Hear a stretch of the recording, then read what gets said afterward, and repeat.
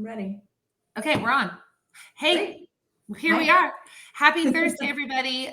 It's rainy here. I'm in Pleasanton, Katie Moe with Connect California Homes, and coming to you live from my house because it's raining really hard. I still have kids home, and I have 3 construction crews at my home, so I couldn't go into the office. And my dear, I should go this way. My dear, Jenna Gray is with me again. So Jenna, go ahead and introduce yourself. Good morning. I'm Jenna Gray with Guaranteed Rate, mortgage lender of, 19 plus years now. And stoked to be doing this. Happy New Year. Yes. I know it's the 5th. I know that there's how long can you say that? But here we are. Oh, I know. I think I saw a meme about that the other day. Like, yeah. I think we're still in the category. We can still say happy. It's not too late. I mean, for me, until my kids go back to school, which isn't until next week, we are still on New Year's break. Yeah. So that's how I feel. Yeah. So on that note, one of the things I wanted to talk about very quickly, and I know people talk about it a lot this time of year, but when Jenna and I talked about doing these sessions, a lot of it was like, what do we talk about? Do we talk about the market? Do we talk about life? Do we talk about being business owners? And we both have been in business, real estate and mortgage for 17-ish years. Female leaders, moms, wives, all of the above. And I think it's fun. So just bear with us. The conversation may stray now and then away from real estate and mortgage, but we will always tie it back. So one of the things I've seen Jenna talking about recently is, again, in the spirit of the new year, resolutions versus habits. And I think you did some of this right before the new year or right around like the 1st and the 2nd. Yeah. And I do think there's a trend about keeping resolutions, and that a lot of people, it seems like resolutions are getting a bad name these days. But unsustainable, right? It's like, like the first couple of weeks in January, the gym is packed full of people. Yes. And then it kind of tapers off. So there's this idea that you have this list of these huge resolutions, and sometimes those things are unsustainable. Yes. And so why I tend to be in the habit category. Yeah, one of the best books I read, I think 2 years ago, was Atomic Habits by James Clear. If you haven't read it, I highly suggest you read it any time of year. He has, or just get on his email list. His email list is fantastic. He sends one every Thursday called 321, where he talks about quotes and inspirations and 3 tips for keeping good habits. And if you know me, you know I love Brene Brown. There's a really good interview that Brene does with James Clear. It's a 2-parter, and it's a super great deep dive into his book. And it made me want to read the book again. It was, it's so good. So I am a habit person. So my question to you is, how are you keeping yourself accountable for the habits that you are trying to, procure this year? Yeah, I agree. I'm a habit person. I've tried in the past to have this long list of New Year's resolutions. I've tried to have even a couple resolutions. And I find that if it's kind of like when they tell you, if you want to wake up earlier, you start incrementally, right? You start 15 minutes earlier for a week, and then you kind of inch it back. And so it's kind of that same thought process. If you say, okay, I'm going to drink, my water, right? My big jug of water, once a day, or I'm going to do, 15 minutes of this, or I'm going to block out, time in the afternoon for whatever, then those are easier to implement and stick to than if you're trying to change your whole life, right, for the new year. And so yeah, that was kind of my thought process.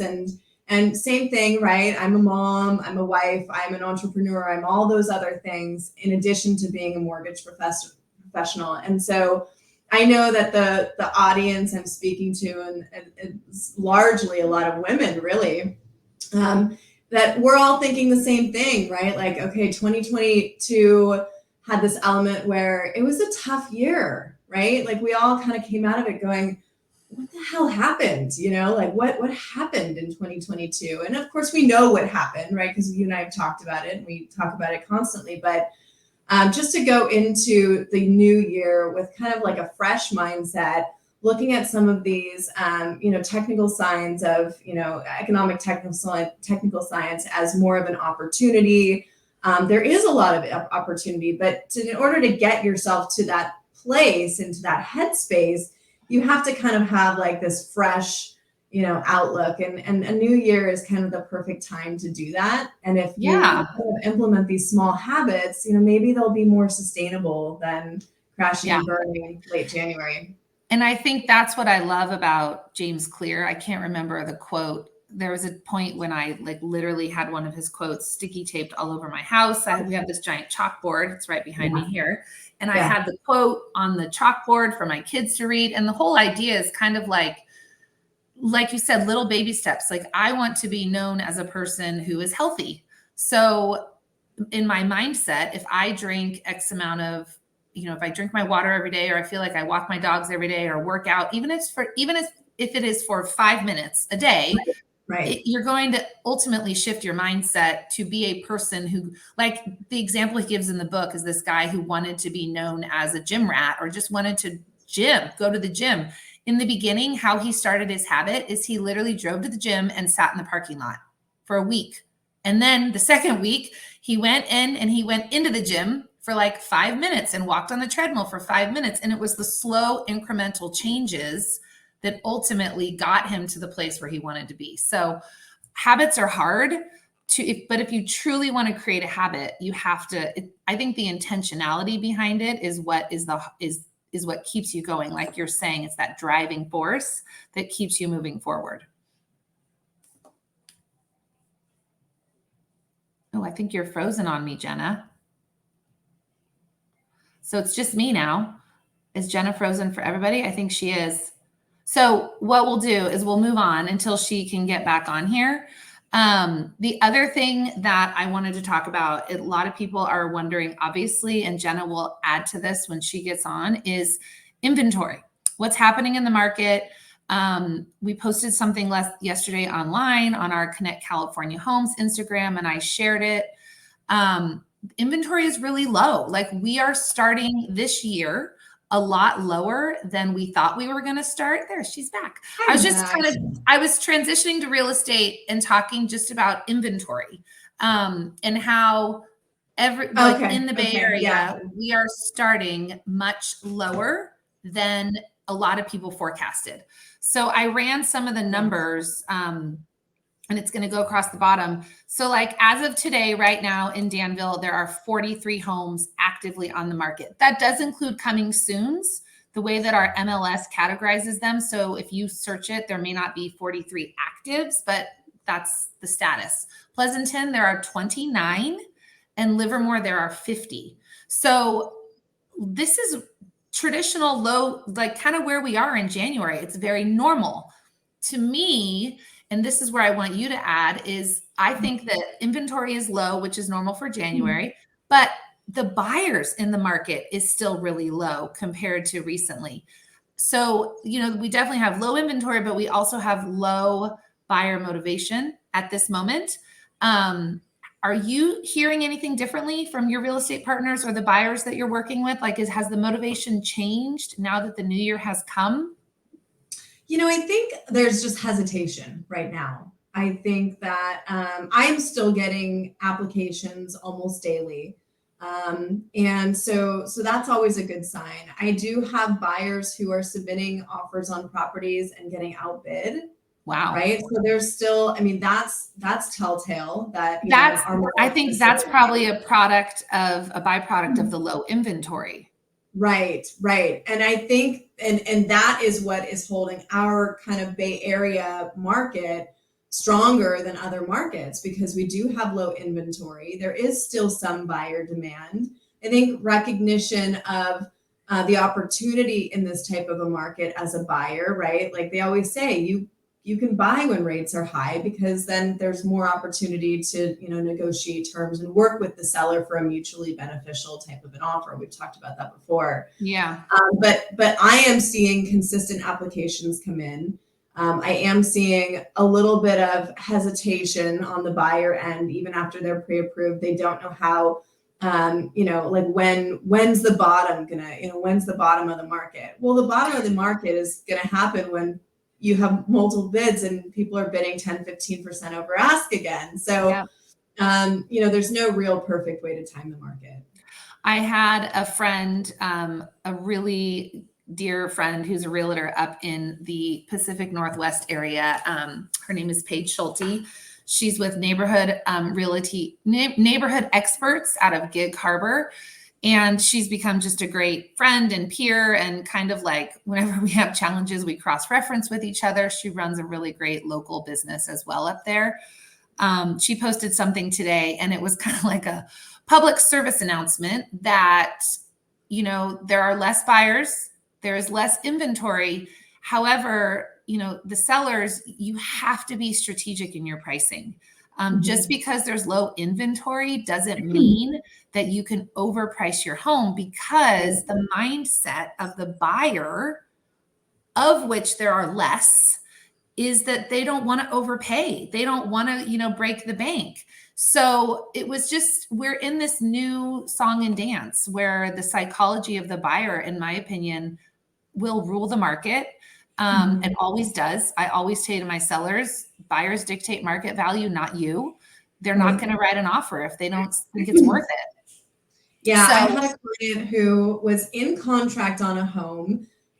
It was priced a little bit high, so they negotiated it down a bit with some credits, but the appraisal came in lower. It just came in lower, and they had their appraisal contingency, and it was very clear that the comparable sales in the area, they were well under what the seller wants to sell the house for. They just don't support the value in this market. Maybe 6 months ago, yes, not now. And the sellers just weren't willing to negotiate. And so the buyer said, we're going to walk from this one, and they're back out shopping. Yeah. So I think that there needs to be some type of recognition that this is a different market, that values have normalized a bit more, right? I don't want to say that they've like dropped. I think this is where we'd be kind of in a normal market if we hadn't had that crazy, boom.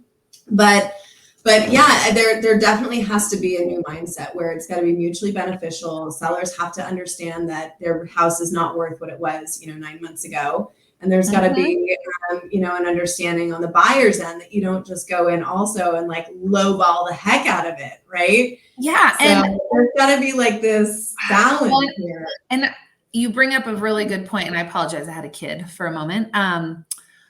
Most of us do. We just did, I know, of course, it's like everyone's home. Go back to school. Just kidding. Love you. We just posted something yesterday. We ran the numbers. Our Eye on January 1 ran all the numbers to see average sold price, average days on market for the entire year of 2022. And we overlaid that in the primary markets that our team serves, Livermore, Pleasanton, Danville, San Ramon, Dublin, all that kind of East Bay corridor. Our average sold price is still very well ahead of where it was at the end of 21. So to your point, the education of the sellers, again, the fine song and dance of, sorry, you have missed the peak. However, you're still in a great position. You still have massive equity. We still ended 2022 higher than we ended 2021. I mean, our sellers are still in a great place. If you need and want to sell, you just have to, again, we are preaching, and I know I'm preaching the choir to you, but like the local expert, the local market, you have to look at the local data. So if it's not one of us, find someone who's local, who really, really knows what is happening in your town. And then they can drill down even deeper. What is happening in your neighborhood? It's not the same across towns. It's not the same nationally, which is where the news is deriving data from as well. You look at the news and you've got Warren Buffett and the CEO of Bank of America all saying that the housing market is in for 2 years of pain. And in some markets that might be true, but you have to know what's going on in your market. And in the Bay Area, we're still in multiple offer situations. And yes, there are some properties that are longer days on market, but there's a blend, right? There's definitely a balance. So we just haven't seen that decline. We're not going to see the housing bubble that everyone, keeps expecting. Agreed. Yeah, you got to ask local experts like us or someone who knows the market. Don't just we're running just about 15 minutes and our goal is to try to keep these under 20. So I have one question I want to ask you, and this is a scenario. I have been talking to a client who wants to sell, wants to move to another part of the Bay Area. And she's kind of doing some exploratory of the region that she wants to move to. And when I just followed up with her, the feedback I got was that she's reassessing her strategy because of the rise in mortgage rates. Have they gone up recently? Like, I know that they're up, but hasn't there been some stabilization? Like, can you give us the quick 411 on like what's happening today in mortgage rates? Yeah. So there's been volatility, as there always is right around the holidays. We normally see some volatility in the markets. The general trend of the 30-year fixed rate mortgage is downward. Okay. So have we seen some volatility? Yes. This is an interesting topic, though, and I'm glad you're bringing this up because I had this conversation with my husband. He's on like Reddit scrolling his news this morning, and he sees this post that says, the Fed says they're intending to keep rates high through 2023. And he looked at me, and even my own husband, like the husband of a mortgage lender, doesn't understand, babe, that's the Fed funds rate. It's not talking about the 30-year fix. They're doing that as a policy to drive inflation down, which will drive mortgage rates down. Even my own husband. I'm like, babe. You're like, honey, come on. Yeah. But it just goes to show that even like someone as close to someone who does this for a living doesn't understand when they see these posts that the Feds are keeping rates high, they don't really know what that means, right? Yes. There's a difference between the Fed keeping the Fed funds rate high versus where are 30-year fixed rate mortgages. They're doing this to drive these down, right? So I think there just needs to be more information about what it means when the Fed is moving interest rates and how that impacts the economy and policy, and how it also impacts interest rates for mortgages, which are different. Okay, so I'm going to end on that note because I have a very similar story of a husband who works in the technology sector of the mortgage market. And I can't tell you the amount of years he's like, oh, it's going to be a really bad market. Oh, the market's going to get hurt. And I was like, where? Not here. So again, these two examples that we personally have to deal with are just reminders to our friends out there. If you have questions, please consult a local professional. We would love for it to be us. We are here. Jenna and I both believe in empowering and educating our clients, our friends, our communities. Please ask. Don't rely on national news. Don't rely on what your uncle who lives in New Hampshire said. Ask. This is why we're here. And it's just super important. So we're going to end on that note. We're going to put out again that whatever you guys want to talk about, we'd love to keep these topics relevant for you guys. We're going to be here every week. Sometimes it will be very, very industry specific about what's going on. Other times it might be a little bit of this, a little bit of that. But again, the goal is always to give you relevant, current, accurate information that is local. Anything to add, Jenna? Some examples of I gave something that's these are the most relevant examples, period. The ones that you and I are actively working with, not what you're seeing on the news. Yes. So with that, Happy New Year, everybody. These will also be posted on YouTube, so you can go back and check these out. We're happy to see you who's here. Happy New Year. And everybody be safe if you're in the Bay Area with this weather. It's pretty crazy. Drive so be safe if you have to drive. Yes. Thanks, guys.